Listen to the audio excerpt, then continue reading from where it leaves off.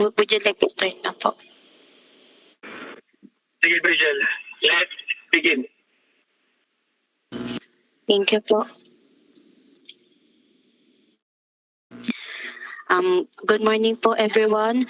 Welcome to the 41st online meeting of the ICT Bakwan today, August 5, 2026.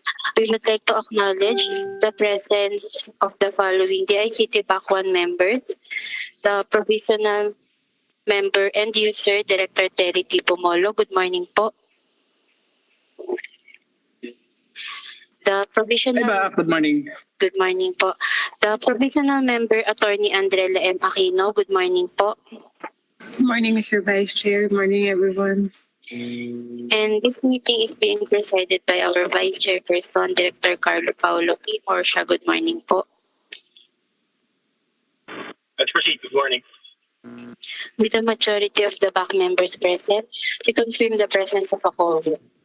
We would like to inform everyone that pursuant to management directives and in the interest of promoting transparency, this meeting will be streamed live on the official DICT YouTube channel, Department of ICT Philippines. This is in compliance with Section 38 of Republic Act number 12009. Mr. Chair, we will now present the agenda for today's meeting. Please proceed. Shown on the screen is our agenda for today's meeting. We only have one on the list, the private conference for the replacement of core switches with additional firewall in eGov Data Center, Makati. May we request for the approval of the agenda, Mr. Vice Chair? Any motion to approve? Good morning, Mr. Vice Chair. I move for the approval of the agenda. Thank you. Thank you, Tanya Aquino. Any seconds? Any objection to the motion? Thank you, Director Terry Pomolo. It has been moved and seconded. This agenda is hereby approved. Let's proceed, Bill.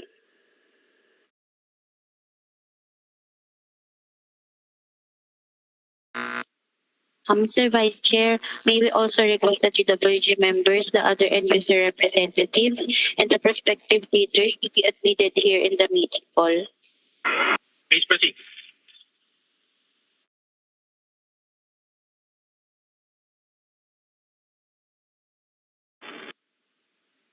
Who is speaking for Backsec? Si Krisha ba or si Bill? Mr. Vice Chair, Krisha po. Okay, sige.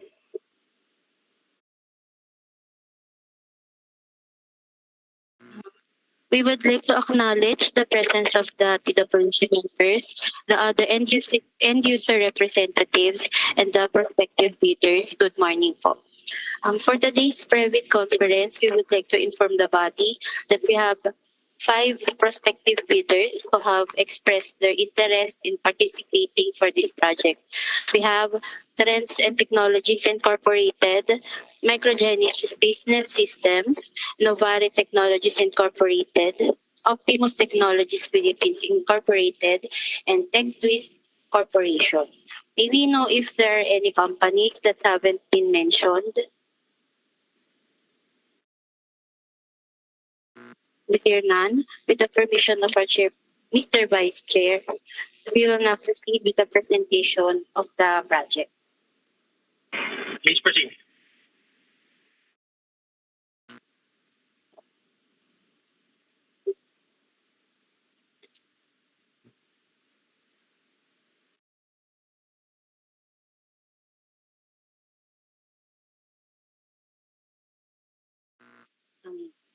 Presented on the screen, the DICT now invites bids for the project.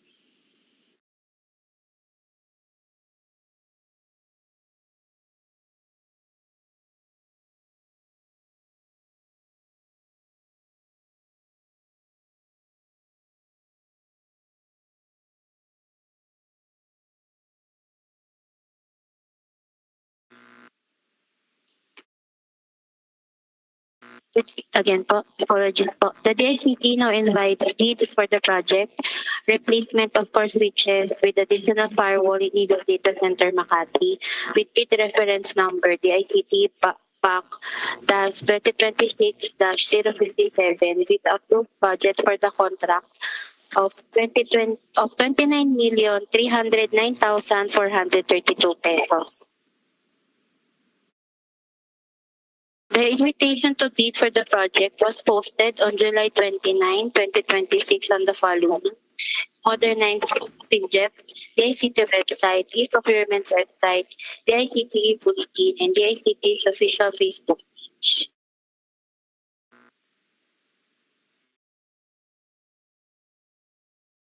For the project details, the invitations to observers for the private conference were sent on July 31, 2026 to the following: Commission on Audit, Chief Information Officers Forum Foundation Incorporated, Institute of Electronics Engineers of the Philippines Incorporated, and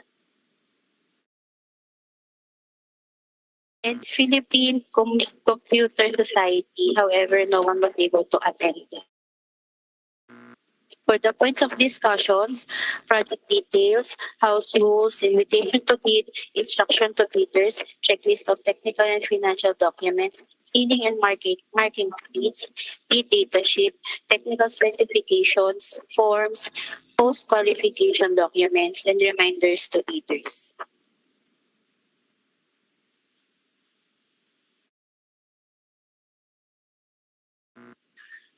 The provisional member and user representative to the DHCT BAC 1 for this project is Director Terry P. Pomolo. The prospective bidders who registered for today's private conference were the following: Transcend Technologies Incorporated, Microgenesis Business Systems, Novari Technologies Incorporated, Optimus Technologies Philippines Incorporated, and TechTwist Corporation. For the house rules, everyone in expert is encouraged to make clarifications. Identify your name and your company before raising a question, and limit questions to details of the procurement at hand. For the invitation to bid, the DHCT BAC 1 shall award the contract to the bidder with the lowest calculated and responsive bid. For the instructions to bidders, bidding requirements, the bidding for the project shall be governed by all the provisions of RA 12009.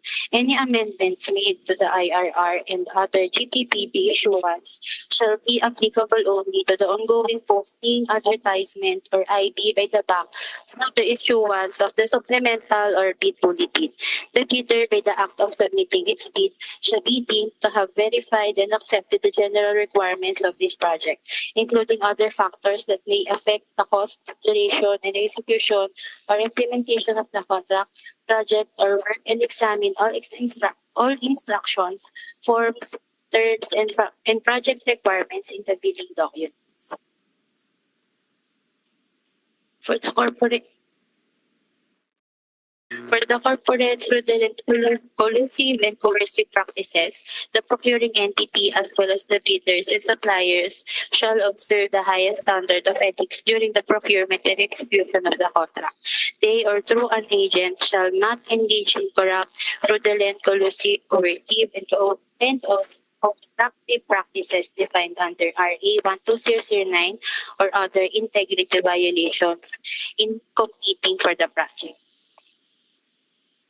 For conflict of interest, all bidders found to have conflicting interest shall be disqualified to participate in the procurement at hand without prejudice to the imposition of appropriate administrative, civil, and criminal sanctions. All bidding documents shall be accompanied by an omnibus sworn statement of the bidder that it is not related by consanguinity or affinity up to the third level to the whole procurement agent if engaged, the head of the project management office, the end user or implementing unit, or any members of the bids and awards committee BAC, technical working group, and BAC secretariat.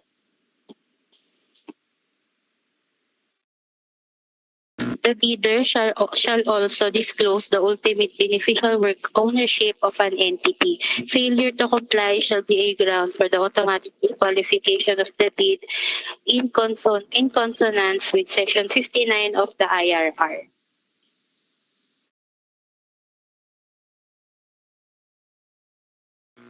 Eligible bidders, only bids of bidders found to be legally, technically, and financially capable will be evaluated. Foreign ownership limited to those allowed under the rules may participate in this project.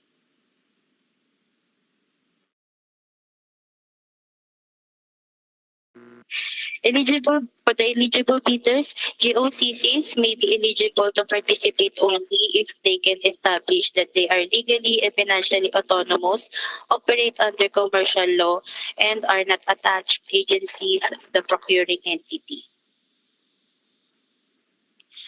And also the bidders must have completed within a period of 10 years from the submission of the bid a single largest completed contract that is similar to the procurement project to be bid and whose value must be equivalent to at least 50% of the EPC adjusted to current prices using the Philippine Statistics Authority Consumer Price Index. Also, the bidder must submit a computation of its net financial contracting capacity, which must be at least equal to the EPC to be bid. Subcontracting is not allowed. For the instruction to bidders, the clarification and amendment of bidding documents, requests for clarifications should be formalized, addressed, and emailed to the Bank Secretariat at bank.secretariat@dict.gov.ph. Deadline for the request for clarification is on August 8, 2026 at 4 p.m. Copies of supplemental bid bulletins, if any, shall be posted at the modernized PhilJet website and the ICT website, the ICT Facebook page, and the ICT e-bulletin board. For language of bids, the eligibility requirements or statements, the bid, and all other documents to be submitted to the bank must be in English. If the eligibility requirements or statements, the bids, and all other documents submitted to the bank are in foreign language other than English, it must be accompanied by a translation of the documents in English. For contracting parties to the apostille convention, the document shall be authenticated through an apostille by competent authority as defined in Section 20.9.2 of the IRR, except for countries identified by the DFA that will still require legalization, red ribbon by the relevant embassy or consulate. For the checklist of technical and financial components, on technical component envelope, first is the PhilJet Certificate of Registration, Platinum Membership. Second is the statement of the bidder's single largest completed contract, similar to the contract to be bid, except under conditions provided for in Section 52.4.1.3 of IRR of RA 12009 within the relevant period as provided in the bidding documents. Any of the following documents must be submitted together with the statement of single largest completed contract, end user's acceptance, official receipt, and sales invoice for the contract. Next is the NFCC computation of committed line of credit and the statement of all its ongoing government and private contracts, including contracts awarded but not yet started, if any, whether similar or not similar in nature and complexity to the contract to be bid. If applicable, joint venture agreement or in the absence of a JVA, duly notarized statements from all potential JV partners stating that they will enter into abide by the provisions of the JVA in the event that the bid is successful. Original copy of bid security, if in the form of a surety bond, submit also a certification issued by the Insurance Commission, original copy of notarized bid securing declaration. No bidders who opt to submit a bid securing declaration as a form of bid security are required to use the bid securing declaration form in the attached bidding documents. The schedule of requirements and technical specifications, which may include production or delivery schedule, manpower requirements, or after-sales service or parts, if applicable. And thus, under the technical component in the envelope, the original duly signed omnibus sworn statement, and if applicable, original notarized secretary certificate in case of a corporation, partnership, or cooperative, or original special power of attorney to all members of the joint venture, giving full power and authority to its officer to sign the OSS M2 acts to represent the bidder. For foreign bidders claiming eligibility by reason of their country's extension of reciprocal rights to Filipinos, a certification from the relevant government office or of their country stating that Filipinos are allowed to participate in their government procurement activities for the same item or product. For the financial document envelope, original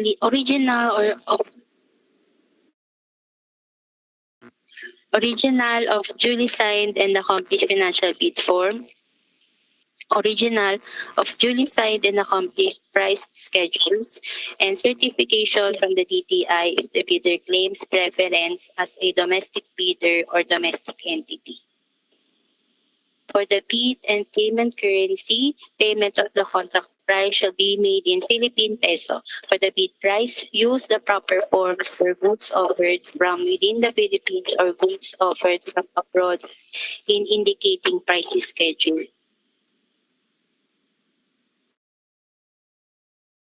For bid validity, bids shall remain valid for the period specified in the BDS, which shall not exceed 120 calendar days from the date of the opening of bids. Bid security, all bids must be accompanied by a bid security in any of the acceptable forms and in the amount stated in the BDS. For the format and signing of bids, bidders shall submit their bids to their duly authorized representative using the appropriate forms provided in Section 8, Philippine Bidding Document Related Forms on or before the deadline specified in ITB Clause 19 in two separate sealed bid envelopes.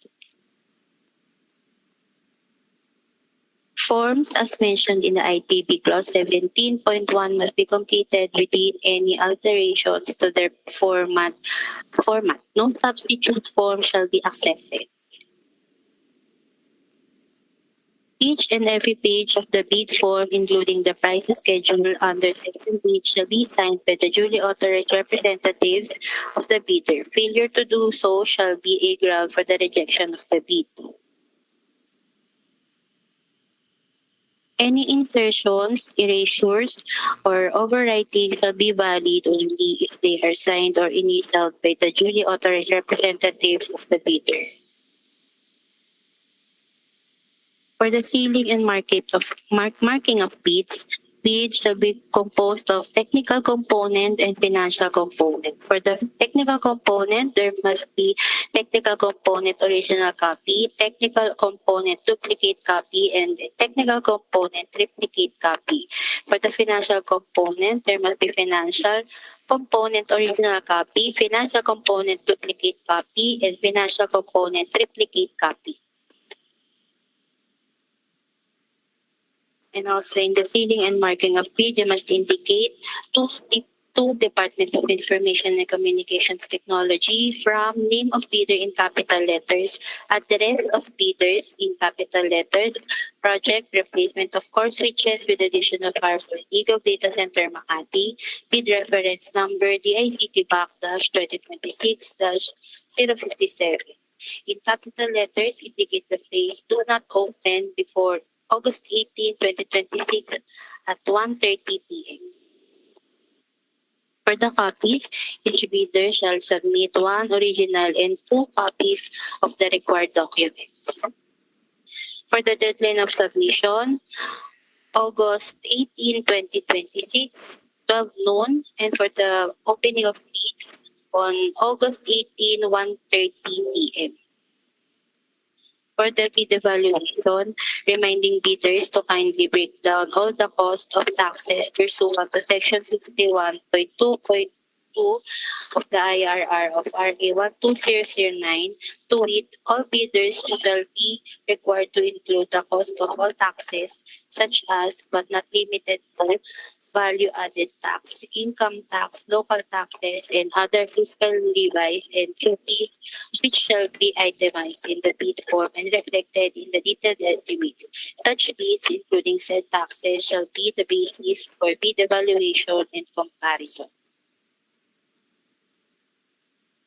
Members of the BAC, its staff and personnel, secretariat, and TWG, as well as observers, are prohibited from making or accepting any communication with any bidder regarding the evaluation of their bids until the issuance of the notice of award. However, the BAC, through its secretariat, may ask the bidder in writing or clarification. All responses to requests for clarification shall be in writing. For the opening and preliminary examinations of bids, the manner of opening of the bids for goods shall depend on the award criterion to be adopted. For this project, for LCRP, the BAC shall open the technical and financial proposals on the same day. For the bid data sheet, contracts similar to the project shall be similar in nature, shall mean contracts pertaining to supply, delivery, and installation of core networks switches with additional firewall.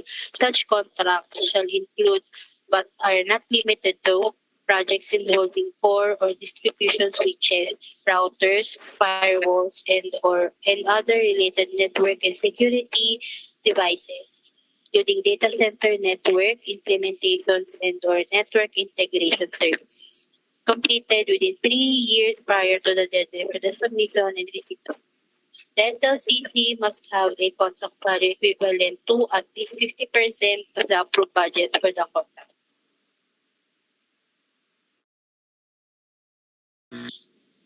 For the bid data sheet, the bid security shall be in the form of a bid securing declaration or any of the following forms and amount: 1,465,471.60. And for the form of bid security, cash, cashier's manager's check, bank draft, guarantee, or irrevocable letter of credit and surety bond. For post-qualification documents, the bidders within 5 calendar days from receipt of notice from the bank that it submitted the LCB, MEARB, or MAB shall submit all the eligibility documents supporting its PGF certificate of registration, platinum membership, its latest income and business tax returns filed for the preceding quarter, which should not be earlier than 2 quarters from the date of submission and receipt of bid, and other appropriate licenses and permits required by the law and stated in the BDS.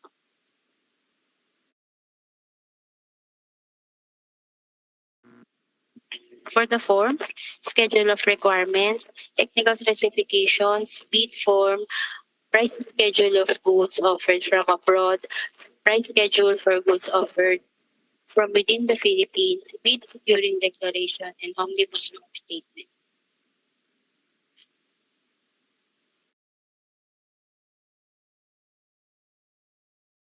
These are the example of the forms attached on the bidding documents: bid form for procurement of goods, price schedule of goods offered from within the Philippines, price schedule of goods offered from abroad, bid securing declaration form, omnibus warrant statement form, and schedule of requirements. For the reminders to bidders, The clock at the 19th floor, Studio 7, using the Philippine Standard Time is the official reference time during submission and receipt of bids. A member of the back secretariat will be assigned to receive the bid documents at 19th floor, Studio 7 lobby and shall stamp these as received. Bidders are reminded that entry inside the DICT premises is subject to the safety in place, and the processing of payment for the bidding documents prior to the submission of the actual bid offer may take time. Presence in the DICT premises does not constitute submission on time, which shall refer to the actual handover of the bid proposal to the authorized personnel of the back secretariat. The request for clarification should be formalized, addressed, and emailed to the back secretariat at back.secretariat@dict.gov.ph. Deadline for the request for clarification is on August 8, 2026 at 4 p.m. Copies of supplemental bid bulletins, if any, shall be posted at the MPhilJEP website, the ICT website, and bulletin board at the ICT lobby.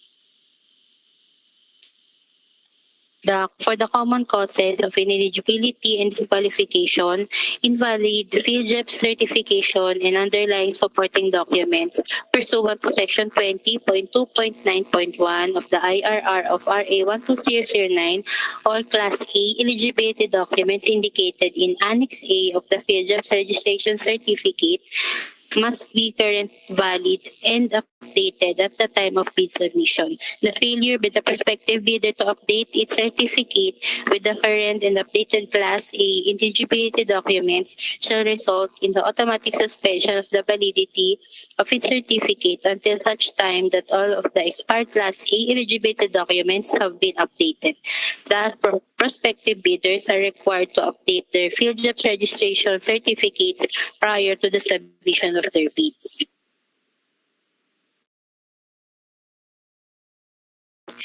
Failure to attach the required supporting documents for the statement of single largest completed contract similar to the project to be bid, and failure to include all the mandatory provisions, submission of unsigned documents, submission of audited financial statement without stamp received of the BIR. If an AFS was filed and paid through electronic filing and payment system, there is no need for the stamp received of the BIR. Instead, bidders must submit their proof of AFS e-submission, in example, BIR's email confirmation receipt of returns documents with its filing reference number transaction code.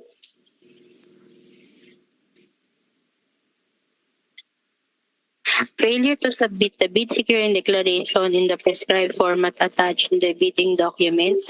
Failure to submit bid securing declaration in Omnibus 1 statement without adjournment as required in the form provided in the bidding documents pursuant to the latest rules on notarial practice. Failure to indicate compliance in the technical specification and to attach proof of compliance if applicable.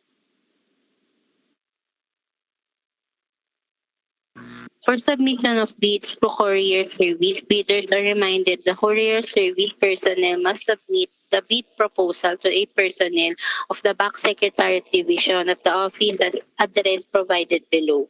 Bid submission proposal left by the courier in service personnel at the lobby, guard, or any other personnel or staff aside from the authorized back secretariat personnel will not be considered submitted for purposes of bid opening. The responsibility to ensure that the courier service personnel submits the bid proposal to the authorized back secretariat personnel is the sole responsibility of the prospective bidders.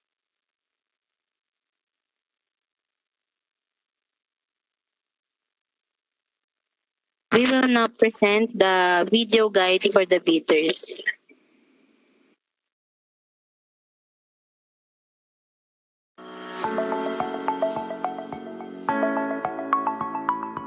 Accessing the e-procurement website. Open any web browser and go the https://eprocurement.dict.gov.ph. Click the Sign Up button. Provide a valid email address. Create a password with at least 8 alphanumeric characters, 1 uppercase, a number, and a symbol. Repeat your password for confirmation. Tick the checkbox to agree to the terms and conditions, and click Create Account button. Open the email account that you provided during registration, check your inbox, and verify your account by following the instructions in the email. Click Activate Your Account button. Go back to the e-procurement system and enter your registered email address and password.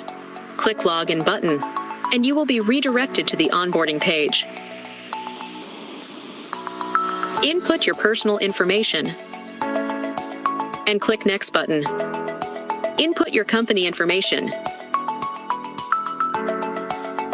and click Next button. Review the information you provided and click Confirm button. Once onboarded, you will be redirected to the homepage/dashboard. Select the procurement project you wish to participate in by clicking the View Complete Details button. Select the lot you wish to participate and click Participate in Bidding button. A confirmation modal will appear. Review the details, click the Confirm button, and you will be redirected to the payment window. Select your preferred payment method from the list and click Pay Now button. Print and save the receipt as proof of payment and for reference. You may also check your email to view your receipt. Click the Go Back to Merchant button. You will be redirected to the My Transactions page, where a list of your transactions will be displayed.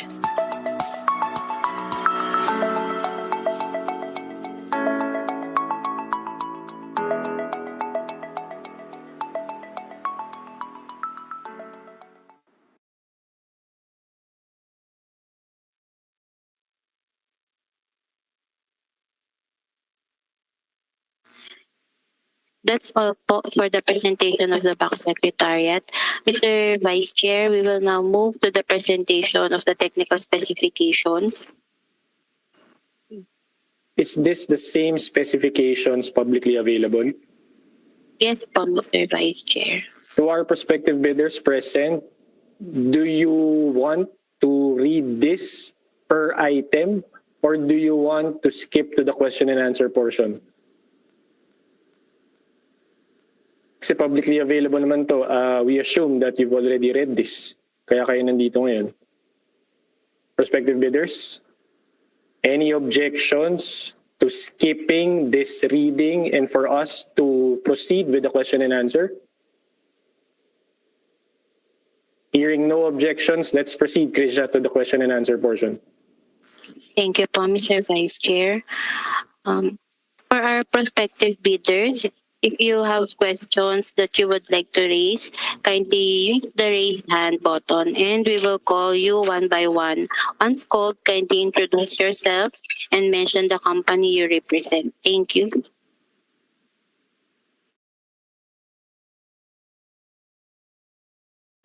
To our prospective bidders, you may now raise your clarifications po. Thank you po. Krisha, please facilitate. Ikaw na yung mag-recognize ng mga mag-raise ng hand. Ha? Okay, thank you. Yes po, Mr. Vice Chair.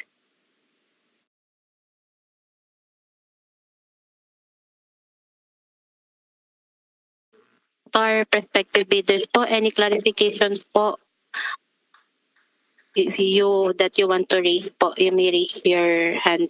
Yes po, you may raise your hand.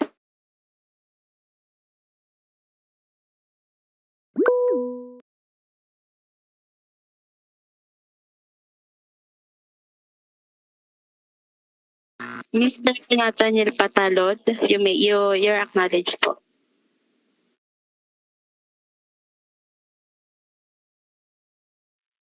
Hello, can you hear me po?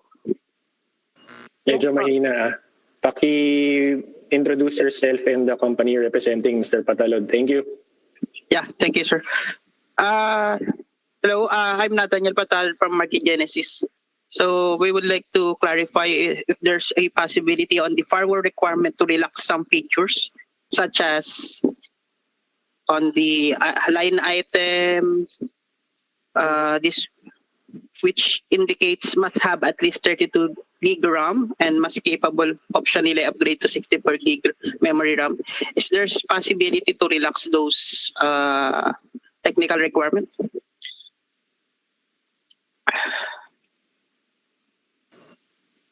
End user, with your assistance, please, can you address the query? Director Terry or his team? Just to add up also, so it only para isahang sagot na lang din po.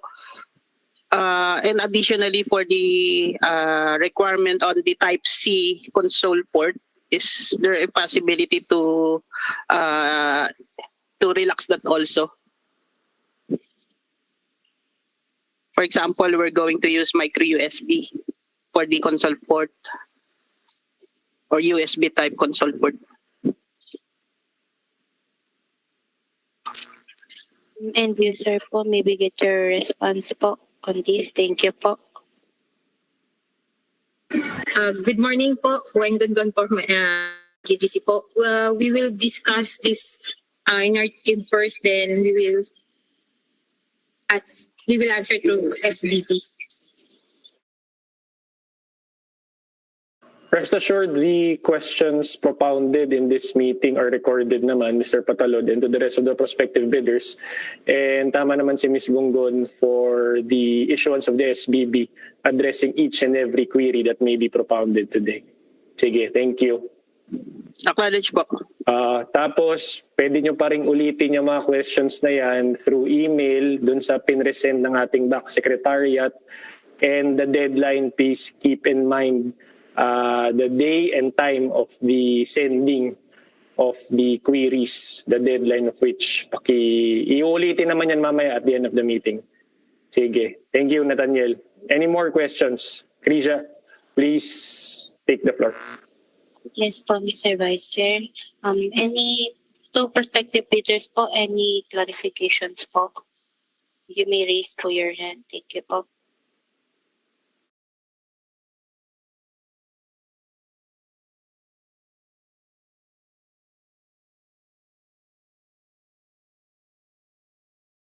Are there any clarifications po from the prospective bidders?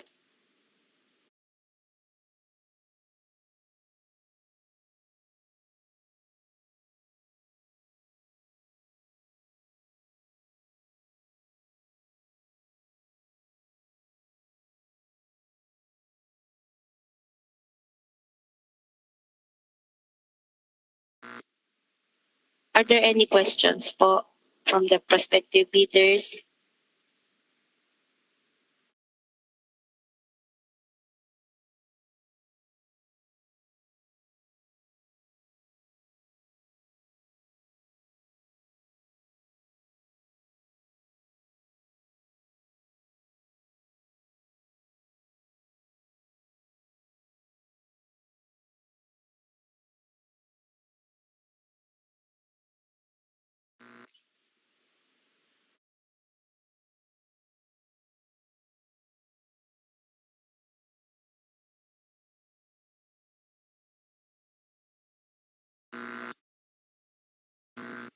Anyone po from Transit Technologies Incorporated?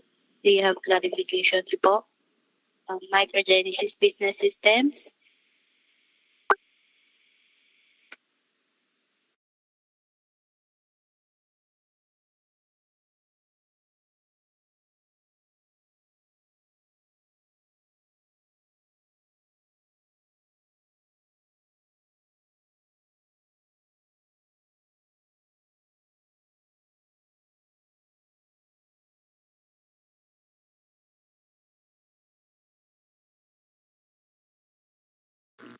On the chat box po from Ma'am Cassandra Parameda of Tech Twist Corporation, none so far. Upon checking the docs, it is straightforward. We will send an email if we will need some clarifications. Thank you po.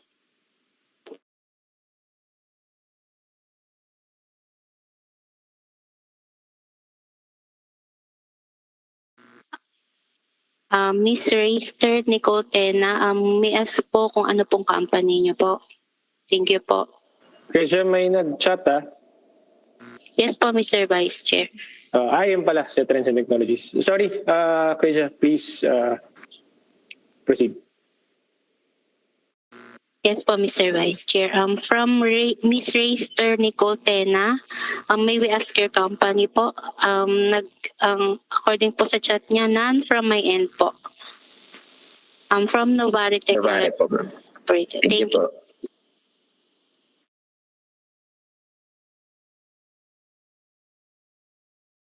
From Trends, Mr. Darwin Jacinto, we will provide clarification via email po. Thank you po, Mr. Darwin.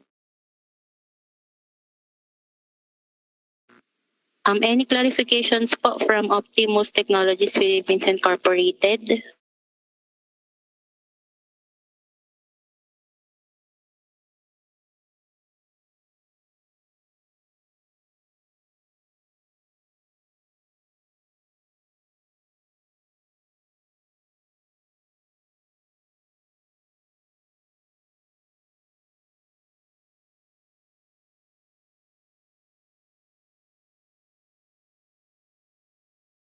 Any representative po from Optimus Technologies Philippines Incorporated, if you have any clarifications po?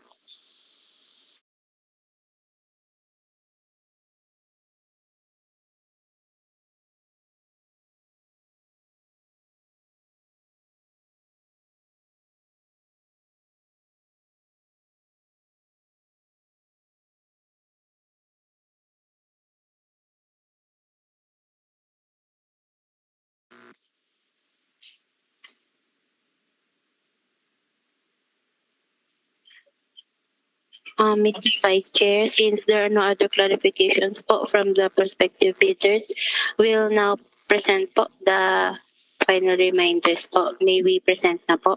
Sige, Krisha, please. Thank you po.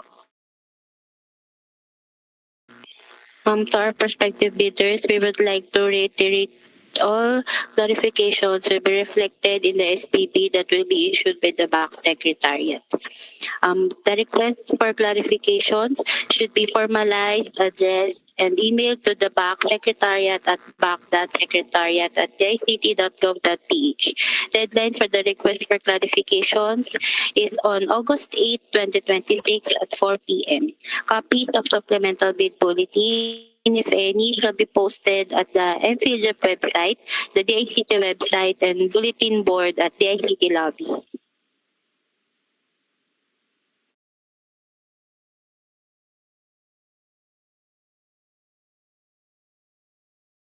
So our prospective bidders, you've been informed, deadline for the requests for clarifications to be emailed to our BAC Secretariat is on August 8, 4 p.m. So yun lang po, please keep with the deadline para walang masasayang na queries. Sayang. There are potential queries doon na tanungin din ng ibang prospective bidders. Might as well answer it once. Yun lamang. Sige, Krisha. Please proceed. Yes po, Mr. Vice Chair, since there are no other matters po to be discussed for this agenda, you may now adjourn po this meeting. Okay, salamat po to our prospective bidders for showing interest in this procurement item. May we see you again in all other procurement items. And to our end user team led by Director Terry Bumolo and the TWG, maraming salamat din po. So any motion to adjourn this meeting? Motion to adjourn, Back Chair. Salamat, Director Terry. Any second? Any objections? Hearing none, this meeting is adjourned. Maraming salamat po uli sa lahat. Thank you, Back Chair. Thank you, Back. Thank you, Mr. Vice Chair. Thank you, sir.